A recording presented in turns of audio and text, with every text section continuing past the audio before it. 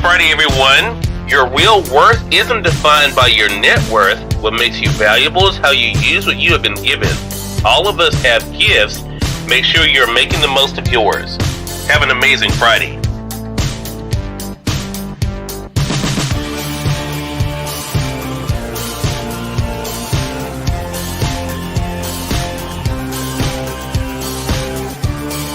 It is now the bottom of the hour. I'm excited to welcome Nancy Matthews to our program today.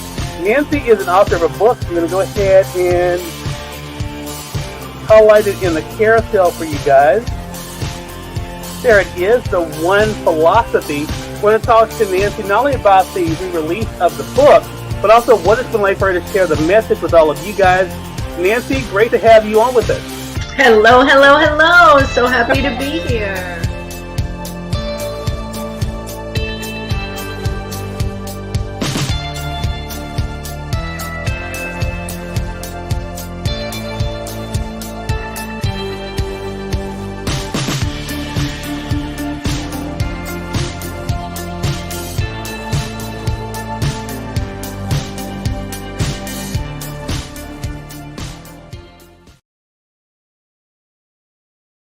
Raise your hand if you've ever been busy. Raise your hand if you've ever got tired and feel like you just need a couple days off. Most people would have both hands up right now. That's our world, fast-paced and income-driven. That's why we get caught up in our own lives so often, and that's why it's understandable when most people don't focus on worries that aren't their own. So what makes someone become a humanitarian? Someone whose whole life focuses on the welfare of other humans.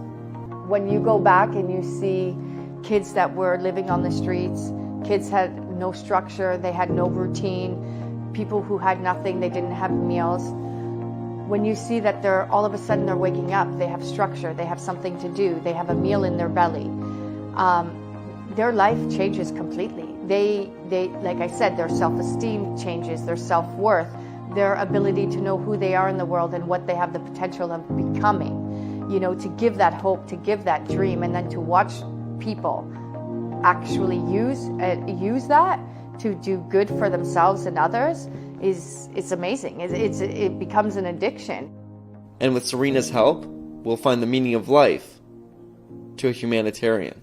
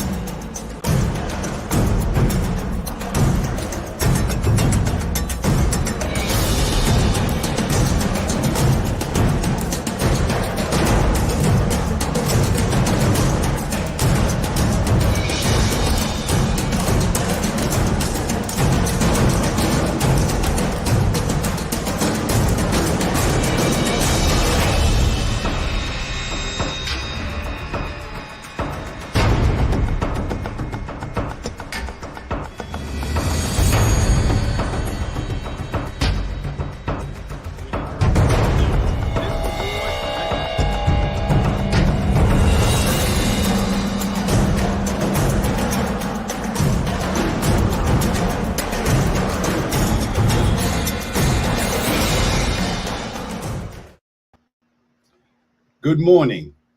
Bonjour. Comment ça va? Et toi? Très bien. Ni hao. Hola.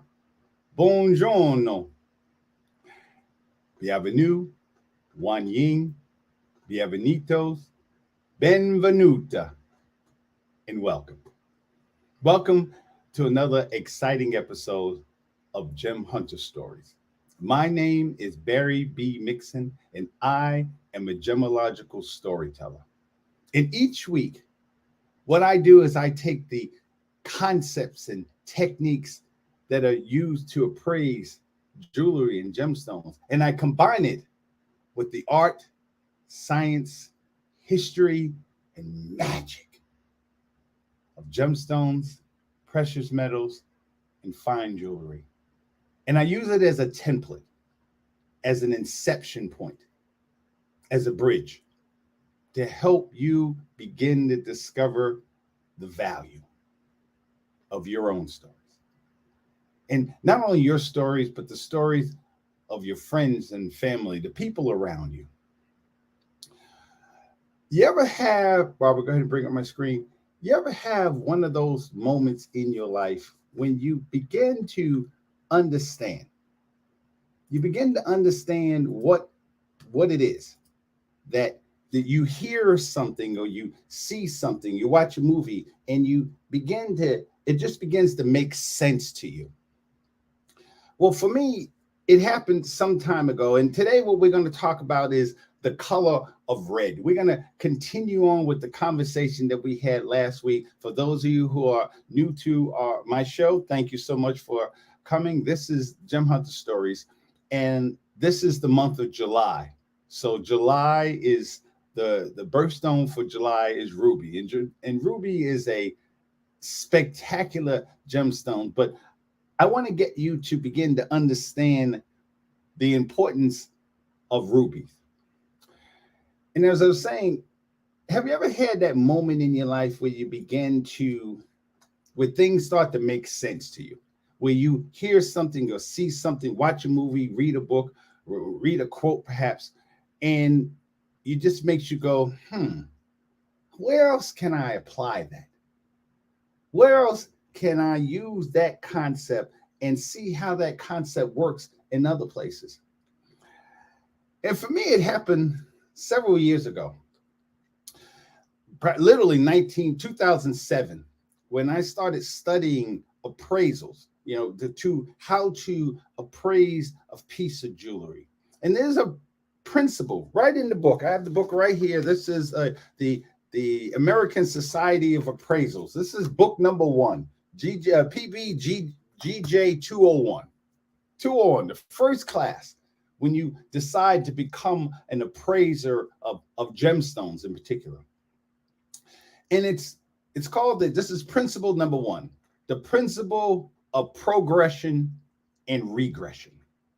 And in that principle, it says that the value of a property placed in the context of an either higher or lesser value property will increase or decrease, respectively, by the association. Will increase or decrease. The value of that property will increase or decrease by the association. And we talked about a few episodes ago about the Tiffany box. When you put something in a Tiffany blue box, that item automatically increases in value because it's in that box. So it's the box, and because it has Tiffany's on the box, the value increases. So it got me to thinking, where else could that be applied? Where else can that thing, and the thing, how else can value be determined if it's based on something that has an increasing or decreasing value? So I started, when I began to studying gemology and just how many gemstones, the things that people would do to get a gemstone, I began to understand that one of those properties could be color. Color, and you guys know I spent a lot of time in Europe, so I spell color with a U, color. Okay, so, but color is one of those properties, and of all the gemstones, of all the wide rainbow of colors that gemstones have, there is no color that is more profound than red. Red is the gemstone. As people who have had children know that, or teachers or people who work with you understand that as human beings, red, we are drawn to red, and red is one of those colors that have a wide variety of meanings. And we're not going to take the time to talk about red in a angry point of view, but we're going to talk about red from a passionate point of view. Every woman knows that when you wear a pair of Lubus, these shoes, guys, if you don't know, these shoes start out at $600 a pair. to all the way up to $5,000. When you wear Lubus, you're making a statement. Think about when Christian Louboutin decided to make a shoe and paint the bottom of that shoe red. He knew that he was taking the mindset, the imagination of anybody who saw that shoe on a completely different way. He could have used green, he could have used yellow, he could have used orange, he could have used blue, but he used red to make a statement. And women understand that when you buy a pair of Lubus, there are women right now just salivating just at the thought of owning that shoe, having that shoe, and the way it feels to have that little power. We're talking about a color that they don't even see, that is at the bottom of their shoe, and you only see as you're walking, someone's walking away, but every woman understands the color of red. I was looking through the catalog, and I saw that not only do they Louboutins an incredible shoe, but they have a bag. I think I saw the Neiman Marcus a Christian Louboutin bag that looks like a shoe, $4,000, and it's not just the bag itself. I don't know what the bag is made out of to be worth $4,000, but what I do know is that there was red. And when you begin to go back to that quote, in the vicinity of something of increasing or decreasing value, therefore the color of red has to be one of those properties. Every woman knows that when she wears a red dress, when this woman woke up that day and said, I am going to walk down the street in a red dress, she knew at that moment that she was powerful. She knew the woman that decided to wear this dress to her outfit, to her prom, to her engagement, to her whatever, to the event, she knew that she was going to be spectacular in every way, that she was going to make a statement. When she wore that red dress, everybody, the old song, the men all pause. That's what's going to happen when you wear red. And not to be unfair to men, because men know that when you wear the red power tie, you're making a statement, because red means competition. Red means, in some cases, in a lot of places, aggression. Red means power. So when a man wears a red tie or red, and depending on the hue of his skin, it takes who he is to a whole nother level. When Robert De Niro wore this red jacket, look at him. That jacket just says, I don't care who it is, he's the boss. He's in charge, because the level of confidence that it takes to wear a red jacket. He just has to stand there. He don't even have to say anything. And yet, who he is speaks volumes. When this gentleman decided to wear this, and it works on no matter what color or background, red is the power. Red touches the brain on a metaphysical level, on a DNA level. We understand red. Red means it speaks to that passion. It speaks to the blood flowing through us. It is an extension of our power, our energy. Red. When this brother decided to ride his red bike, you're no longer looking at whether the bike is a brand new bike. You're no longer looking at anything. All you know is that this man woke up that day and decided that I am going to wear red. The power suit.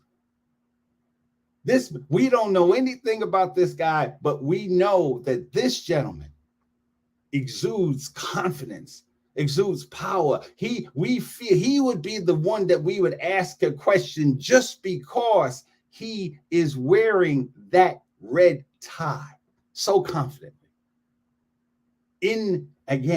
Your value increases or decreasing based on the association of something that has higher value. This is a Richard Mille watch. If you haven't seen one, I had the advantage and the pure honor of taking a class and speaking at and taking a class at Christie's Education last summer. And I was introduced to Richard Mille. Richard Mille is one of the top watches in the world. In fact, when you wear this watch and shake someone's hand, they call it the billionaire's handshake.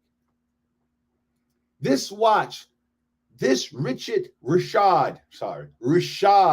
is no longer Richard, it's Richard Mille, is a $1 million watch, $949,000, $950,000. We'll give you a little discount for this watch. That's in red. Richard Mille is a watch designer that his basic love was Formula One race cars. And he decided to take his love of Formula One racing and he imbued it into a watch. So when you wear this watch, and so many different celebrities wear this watch, and the second you have this watch on your wrist, it speaks to your power. It speaks to your financial status. It says to the world, yes, I have enough money to afford a watch that costs hundreds of thousands of dollars. This watch is called the Red Skull, also by Richard Mille. Richard Mille created this red skull. You can see the skull in the center of this watch. Yes, I'll give you a moment to guess how much this watch costs. Time's up. This watch is worth $1.4 million. The power of red. We talked about Jessica Rabbit, the makeup, the hair, the whole thing red. When we saw her walk out, and I watched it again the other day, and just obviously it was a Disney cartoon, but it was really geared for adults. Anyone who was an adult who saw that movie understood what Disney was trying to say when they drew this character called Jessica Rabbit. She caught you off guard because they said Jessica Rabbit, so you was expecting just this little rabbit. What? Maybe red, a red rabbit with red ears or something. But when she walked out the curtain in that scene, you knew that because what she was wearing, she imbued the power of red. And any man knows that when you have a Jessica Rabbit in your life,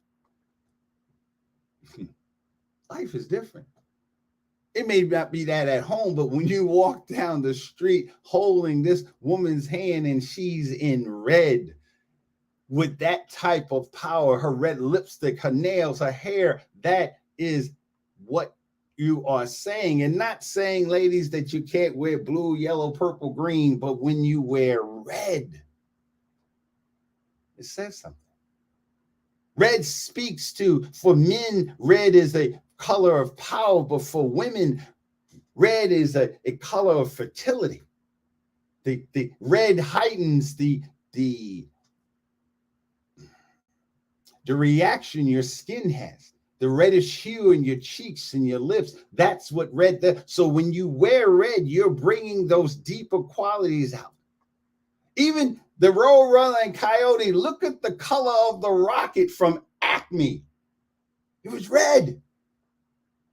It spoke to the power that the coyote was trying to have in catching the roadrunner, to show his power. And think of all the different subliminal messages that scene was giving to kids. I watched it as a child, and imagine all those saying, all those emotions coming out of just seeing that rocket in red.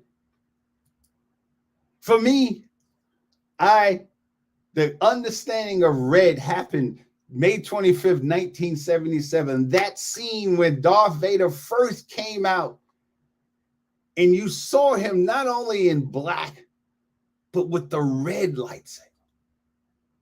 There was no accident. A property in the vicinity of something that has lesser increasing or decreasing value takes on that value. So when you saw this 6'7" black, the embodiment of evil using a red lightsaber, you knew. In fact, that's what I literally thought back in 1977. I didn't know anything what Star Wars was going to be about, according to my friends who saw it, who saw it just a little earlier than I did. But you knew that was the bad guy. I literally remember saying to myself, I don't know anybody else in this movie, but I know that's the bad guy, because that's what red means. When you wear red, you can speak to a certain level of energy, a certain level of power, it tells a story. And that's one of the amazing thing about story, is that you can design it. You can create something around it that speaks to your story, makes your story even more valuable. So once you understand the power of red, then you understand why red is so important when we're talking about something like rubies. When you look at a ruby, when you wear a ruby, it's not just the gemstone, because the color red is not just the color. We're talking about something that is part of the universe. Red is a color in the electromagnetic spectrum. So when you wear red, you're speaking to yourself and to the world on a much deeper level. You're saying something when you wear that gemstone called a ruby. You're telling the world who you are, how you feel about yourself, what you want to say, what your life, what your time on this planet means when you're wearing a ruby. And people see you. And because of the principles of progression and regression, they make a decision on who you are because of what you're wearing, because of the way that color speaks to them, the color red. So once you begin to understand the power red, then you begin to understand the problems with red. The problems with that, having that concept, the problems with the principles of progression, regression lies in what it means. So I decided what we're going to do today, we're going to do our first laboratory test. We're going to talk about rubies. We're going to talk about rubies, and we're going to help you decide what is a ruby. Because when you see that person in red, what does it mean? This is a ruby. This is what a ruby looks like in its natural state. This is the ruby crystal. So what we're going to do right now, take out a piece of paper and a pencil. And you're going to be a gemologist. We're going to have Gem Hunter Stories is going to have their first. I'm going to make you all official gemological appraisals. So seriously, take out a piece of paper and a pencil. Easy test. Easy test. What I want you to do, I'm going to show you 7 red gemstones. And only thing I want you to do, or you don't have to figure out anything complicated. You don't have to figure out molecular structures. You don't have to figure out what is the refractive index. You don't have to weigh it. You don't have to do anything. Only thing I need you to do is to decide whether or not it's a ruby. Ready? Here we go. Stone number one, and I'm not going to give you a lot of time. Stone number one, yes or no? Is it a ruby? Stone number two, is this a ruby? When you think about a ruby, when you see the way that stone speaks to you, is that stone a ruby? If you was looking, ladies, if you were looking across the room and you saw your friend wearing that stone, would you say, man, that's a nice ruby? Stone number three, is that a ruby? And just to let you know, give you a little hint, a ruby is corundum. It's in the same family of sapphire. So rubies corundum comes in a variety of different colors. So one ruby doesn't mean that just because a ruby is red, there's different shades, there's different hues, there's different saturations. So is this stone number three a ruby? This stone right here, stone number four, is this stone a ruby? Come on, it can't be hard. How hard can it be? It's a ruby. We make decisions like this all the time. You look at it, is that a ruby? Stone number four, yes or no? Stone number five, is that a ruby? It's red. Shouldn't it be a ruby? Look at it. It's beautiful. Got to be a ruby. Stone number six. Look at the rich color of that. Look at the different facets, the way that the reflection of the light. Is that a ruby? Stone number six. And stone number seven, is it a ruby? How does this gemstone compare to the other six gemstones that you saw before? Is it a ruby? So I'm just going to give you another chance again. Stone number one, stone number two, stone number three, stone number four, stone number five, stone number six, and stone number seven. Is it a ruby? Let me do it in typical GameStone style. In fact, what we're going to do, this is perfect. What we're going to do is I'm going to let you think about it. I'm going to let you ponder on it for just a moment, and we'll give you the answers to your question on the other side. Get ready to be transformed. Join us online on July 22nd and 23rd, 2022 at the Celebrate You Virtual Women's Conference. This is where you will expand your faith, your family, and your finances. Get strategies and inspiration from Lawana Bradford, Dr. Deron Shea,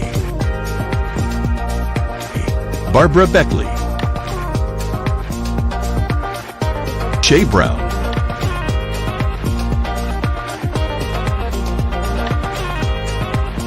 Deborah Morrison, Larcinia White, Audra Agin, Mary Ellen Siganovich, Tracy Oriomi, Marva Riley, Sammy Blendo,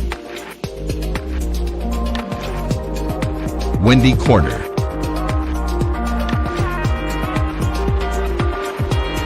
Jacqueline Lulu Brown, Irene Vaxford, Serena Bufalino, Join women and men from around the globe. Register today. All right, we're back.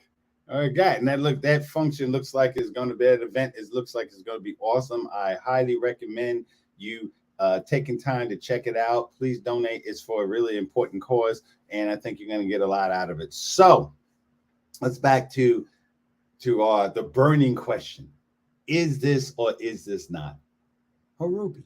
The 7 stones ourselves. So ready? Here we go. Stone number 1 is not a ruby. It's a garnet. Yes, it's a garnet. Completely different molecular structure. In fact, those of you who are born in January in garnet comes in a whole variety of different colors. Most people think of garnet as either the reddish or purplish color, but this is a garnet. And the thing about a garnet is that garnet has a molecular structure that either has the X, or the X is either a constant or variable. And on the other group, the constant, the X might be a variable and the Y might be a constant. So it depends, but this is not a ruby. This is a garnet. Stone number 2 is not a ruby. It's a spinel. In fact, if you got this one wrong, don't feel bad. That ruby that's in the Queen Elizabeth's crown, which is called the Black Knight's ruby, it's not a ruby at all. It took them 400 years to figure out that red stone is actually a spinel. And it's found in a variety of countries. It's found in Myanmar, or what used to be called Burma, where very famous rubies have come from, but that is not a ruby. It's a spinel. Magnesium aluminum oxide. Close, but no cigar. This is not a ruby. In fact, this is even more valuable than some rubies. This is called rubellite tourmaline. Tourmaline is a lot like a garnet. Tourmaline its basic structure is boron, which is the element, boron silicate. A boron silicate, and it has a variety of different chemical elements. So tourmaline comes in almost every color of the rainbow. In the rubellite version, the reddish version of tourmaline is very rare and extremely valuable, but it's not a ruby. It is a tourmaline. Stone number 4 is actually a red beryl, and some of you might be familiar with that term, a beryl. A beryl, for those of you born in May, a beryl is an emerald. It's in the same family as an emerald. It's aluminum beryllium silicate. That's what an emerald is. The emerald is the green gemstone. This is the red variety of it. Very rare. And the thing that makes an emerald green is chromium. And yet in a red beryl, the thing that makes a red beryl red is manganese.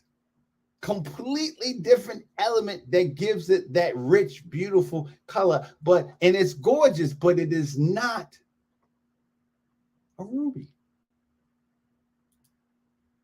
Gemstone number 5. It's not a ruby at all. It's actually a red diamond. Extremely valuable. Oh my God. Ladies and gentlemen, if you find a red diamond, especially a natural red diamond, please call me, because I just want to appraise it. I just want to hold a red diamond in my hand, because a red diamond is not only just different than other gemstones in the sense of what it has in it. It's still made out of carbon. It's still a diamond. But what a red diamond goes through, which is different than any other gemstone on the planet, is that we already know that diamonds go through intense heat and pressure. But what makes a red diamond really special is that it goes through what's called plastic deformation. it literally, the planes of development changes. Red diamond comes as a result of titanic forces coming together. We're talking about continents coming together. I say it just like they're meeting each other. I'm talking about continents ramming each other, the force and the energy of that, not just the immediate force, but the force of pressure coming into each other over hundreds and thousands of millions of years, to the point where the molecular structure of that diamond is skewed just slightly.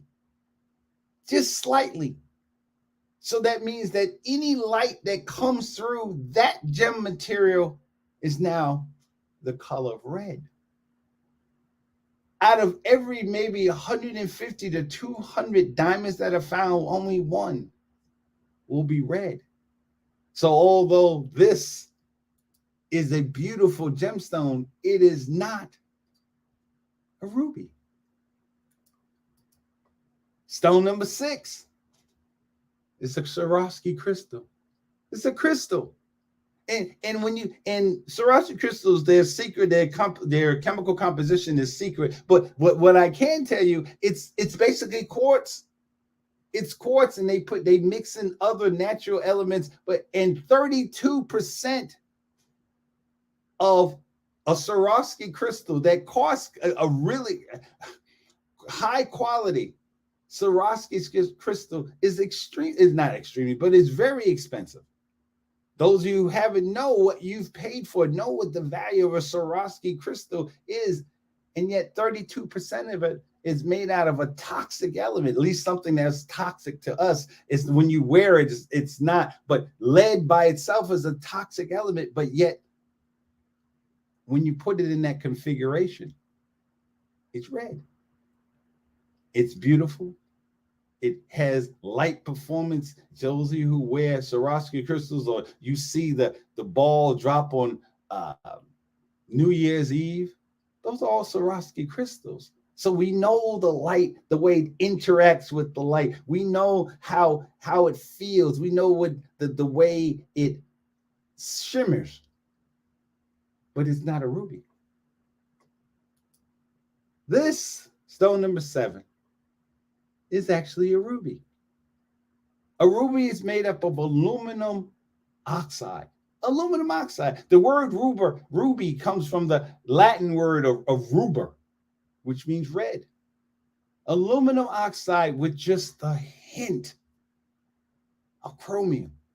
And I say it like that because I want you to understand that the rarity of a ruby comes from not just from what it's made out of, but just how what it took for all those elements to come together. Aluminum is like the second most ubiquitous element in the universe. And of course, oxygen is number 1. And yet, the thing that makes that a ruby is just that hint of chromium. Those of you who cook understand that sometimes it's that hint of that spice, that hint of that thing that you may not see, that you may not even be aware of. You ever see people, the Food Network, or someone who drinks wine, and they could sit there and drink it and allow it the flavors to feel in their mouths, and they experience the ambiance of flavors. That's what chromium is to a ruby, which is really interesting because that same spice, that same flavoring, that same element that makes a ruby red is exactly what makes an emerald green. And the reason why I bring those things up is because that's the problem with, in my mind, society. We base people, we judge. How many, let's go back. How many of you have gotten all of them right? How many of you have gotten half of them right? And I ask you that not because you should be proud of you got them all right. Wonderful. Bravo. But Let me speak to the people, the ones who got things wrong. Ask yourself a question. Isn't that what you do every day? The problem with the challenge with the principles of progression and regression is that we judge things, we judge people based on one characteristic. We look at someone and say, and we decide that that person is who that person is. That person has value because that person is wearing something or doing something. And we immediately attach a value to it, not knowing what that person really is. Is that person a diamond? Is that person a tourmaline? Is that person garnet? Is that person spinel? You don't know what that person is until you understand. How did they get there? How did they become? What did they have to go through in order to become the person that you see in front of you? That was my aha moment. When I began to start to link together, how is it that the same character, that as an appraiser, as a gemologist, I cannot make the decision on what something is until I understand what it is. What is it made out of? What did it take to make it? Going back to the Richard Mille watches, $1.4 million for a watch, for something that ultimately a person wearing a Richard Mille, excuse me, ultimately gets asked the same question that I get asked from time to time. Excuse me, sir, what time is it? What time is it? And the person wearing a 1.4 Richard Mille watch will say, it's 8:45.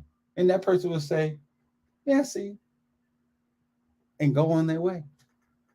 So that watch that costs $1 million, that those shoes, those Louboutin shoes that is a size 7, size 8, whatever size you wear that you put on, you're literally saying to the world that I want you to judge me based on something that I'm wearing. These shoes, this watch, these clothes, this tie.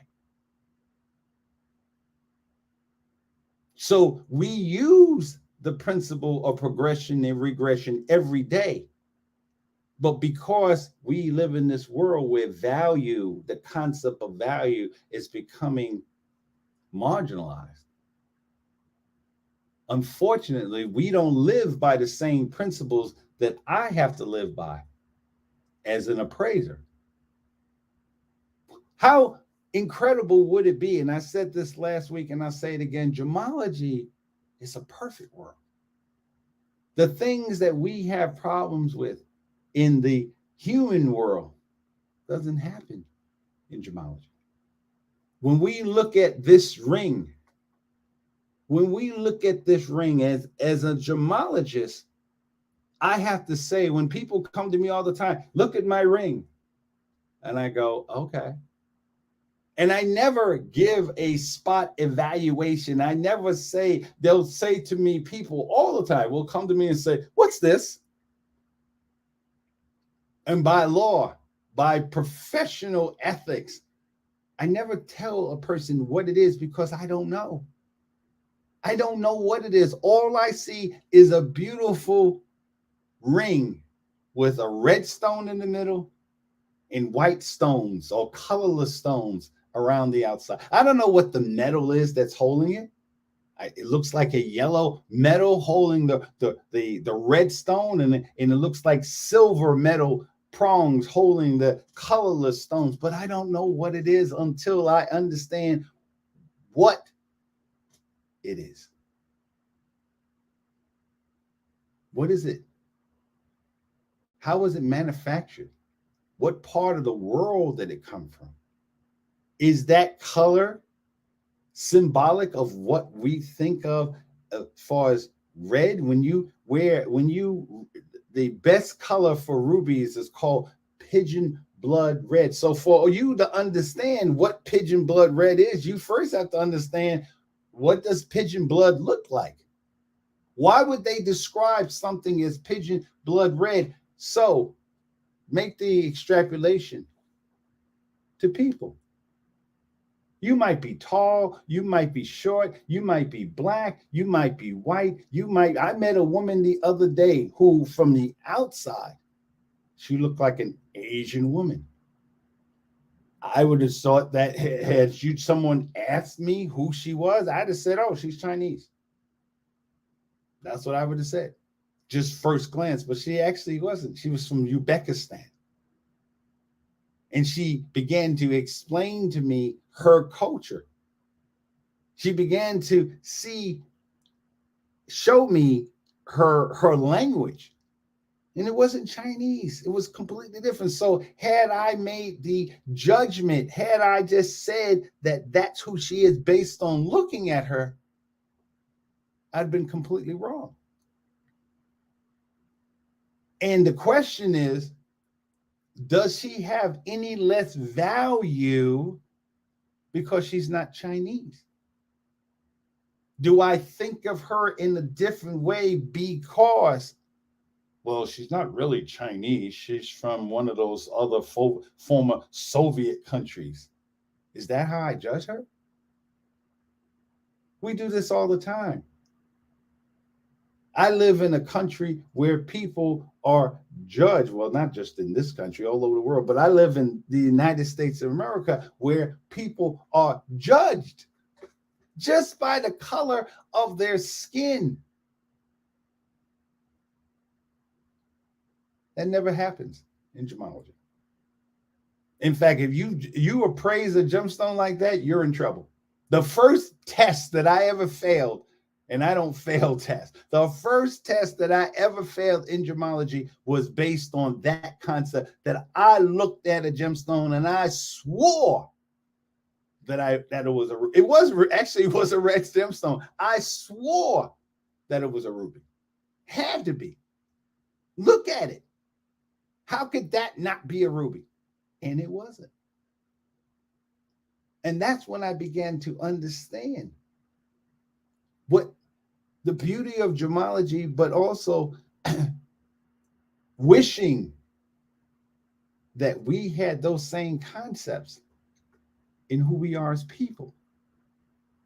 Why do we live in a world where something is judged? Why we're only judged by the kind of shoes that we wear? If you've been married before, think about, or you've been in relationships before, think about it. Take a moment to think about who that person was when you first met them. That's what you saw. When you saw that person, you saw this. Oh my God. Ladies, when you saw that guy, you saw the strength. You saw his character. You saw the shape of his body and his arms and everything else. And he spoke to you in a very nice way that spoke to you. Does that mean he's a ruby? No. You have no clue. And the thing about it is, now that the relationship is over, now that the divorce has happened, now that you guys are no longer together, you understand the problem of the principle of progression and regression. If we are only judging something based on the association of something else, in this case, color, or the shape of their bodies, or the way they speak, or where they live, you do have no idea what you're dealing with because you do not understand their story. As a gemologist, I work with people a lot. I work with women mostly. And I can't tell you how many stories I hear of women, beautiful women, not just beautiful on the outside, beautiful women on the inside, beautiful people, male and female, that will tell you about that ring, that necklace, that earring, that their loved one, their partner bought for them. And yet they began to tell me how they met, how they got together. And when you listen to the stories that they tell you now, you begin to see that the things that they didn't like about that person, the things that they learned about that person, lots of times those characteristics were evident early on. You just missed it. Just like I missed the fact that that red stone was not a ruby. Those of you who missed the 7, you didn't know. How was you supposed to know unless you take the time to discover that person's story, who that person is when you make that decision? What are the characteristics of not only the person that you're dealing with, what are the characteristics of you? What are the things that you want there? I meet people all the time that say, I want a person that is XYZ. Okay, that's wonderful. The real question is, what are you bringing? What kind of gemstone are you? People who, when you have a ruby, you have to understand that rubies don't come in huge sizes. Rubies are not like amethysts that come in big, giant geodes. Rubies don't come like that. Rubies have different characteristics, inclusions in it. The rubies that you see are these kind of rubies are the upper levels of what a ruby is. The ones that don't have those qualities, the rubies that you may see at your lower level stores. One of the largest jewelers in the United States is actually Sam's Club. So when you buy a ruby from a Sam's Club, it doesn't have the price that you would pay for at a Graff or Tiffany's, but yet it's still a ruby. And those of you who have rubies in your life that may not come from that place that you attribute fine qualities rubies does not make that person any less a ruby. And I say that to get you to think for a moment, how many people in watching has a ruby in their life or used to think they had a ruby in their life, and yet they don't treat it like a ruby anymore. Why? That person may have changed, but lots of times that person that you got with, developed a relationship with, build a family with, if that person was a ruby to you, how is he or she not a ruby today? Has she lost her characteristics? This ring, if this ring is in a box, if this beautiful pendant is in a box and you never wear this pendant, or this pendant has been sitting in a box for years, doesn't make it any less a ruby. Doesn't make it any less beautiful. If you take the time to discover, and it really is, I say discovery because it really is a discovery, because one of the wonderful things about being a gemological storyteller is my mind is almost forced, because of the way I look at jewelry. I won't say never, I try as much as possible not to judge someone based on what I see. Not because of some noble, well, you have people say, I don't see color. No, I see color. But when people say they don't see color, you're doing the opposite. You're literally doing, you're trying to describe a gemstone without appreciating the color. You have to appreciate all the characteristics.